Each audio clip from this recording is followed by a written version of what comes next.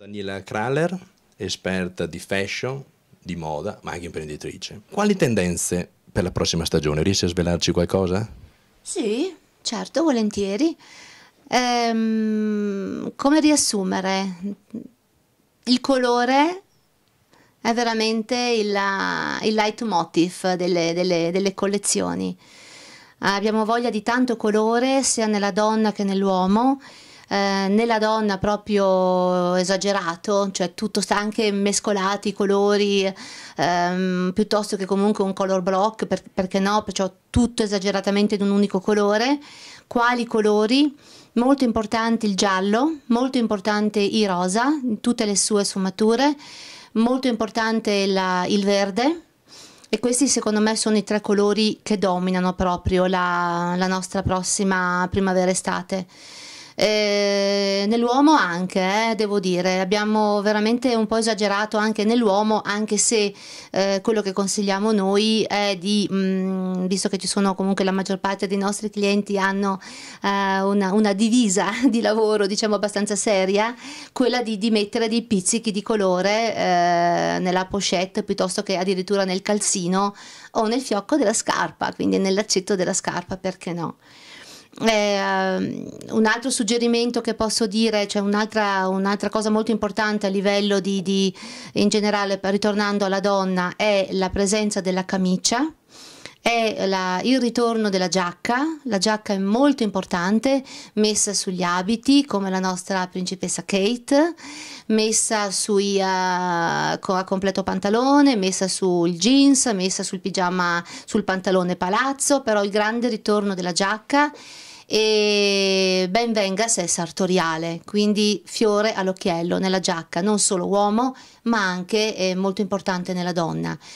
Le gonne, gli abitini al ginocchio svolazzanti, l'idea della gonna che svolazza un po' sopra il ginocchio come un concetto di ali, che questo è il messaggio che abbiamo dato e che ho dato soprattutto io in molte interviste, queste ali che ci permettono di volare sopra la crisi. Quindi la moda vista così è un modo leggero e leggiadro per volare sopra la crisi. Questo è un po' il messaggio di questi abitini svolazzanti.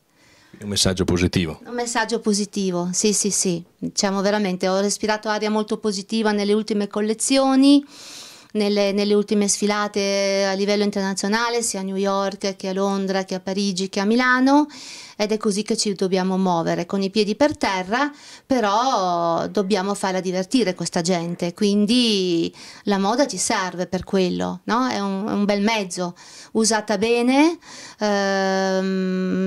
naturalmente ad ogni persona quello che può servire per valorizzare bene la sua figura e per svolgere bene la sua attività, però ben venga questa moda, ne abbiamo bisogno di qualcosa per divertirsi e quindi per divertirci e far divertire, quindi ben venga.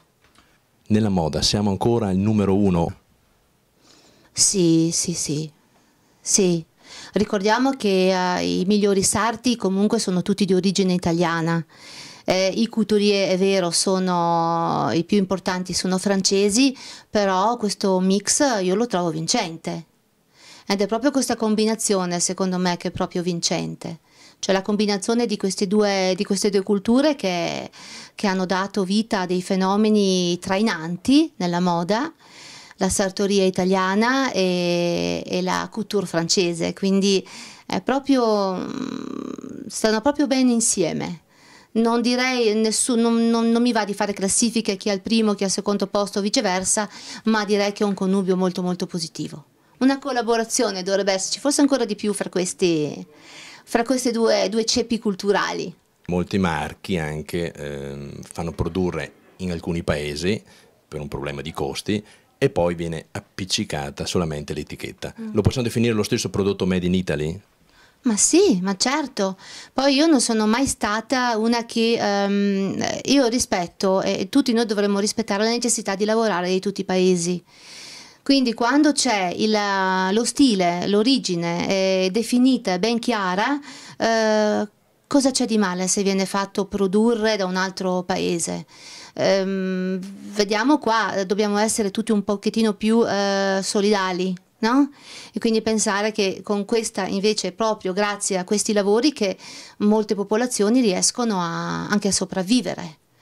Quindi a me, io non sono mai stata contraria al far fuori, e soprattutto da nessun paese in particolare, nel senso che tutti lavorino, quello dovrebbe essere la cosa più importante, che tutti possano lavorare. Quando entriamo in un negozio di moda siamo un po' ubriacati dalle tante proposte che il negoziante ci può proporre. Come ci si può vestire con stile e personalità? Guardi, cercare di essere tutti se stessi.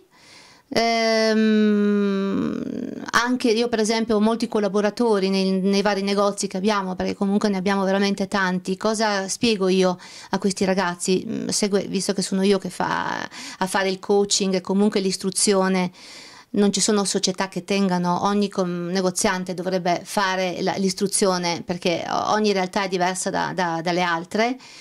Cerchiamo di capire, dobbiamo essere un po' psicologi, cercare di capire la persona che in quel momento abbiamo davanti cosa vuole da noi.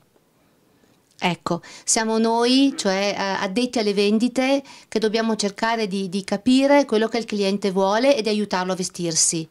Perché non c'è cosa più brutta di un abito sbagliato, fatto comprare in un momento sbagliato, che poi spendi cifre più o meno grandi e che poi non metti mai. Questo non dovrebbe mai succedere. Quindi a ogni cliente, a prescindere del suo tipo di origine sociale o di potenza che possa avere, economica o meno, quello di entrare in un negozio, quello che possa essere, dalla boutique più importante, e cerchi veramente di comprare quello che potrà veramente mettere. E naturalmente il consiglio agli addetti alle vendite è di cercare di consigliare bene, senza pensare solo alla vendita mirata, cioè a vendere e basta per fare cassetto.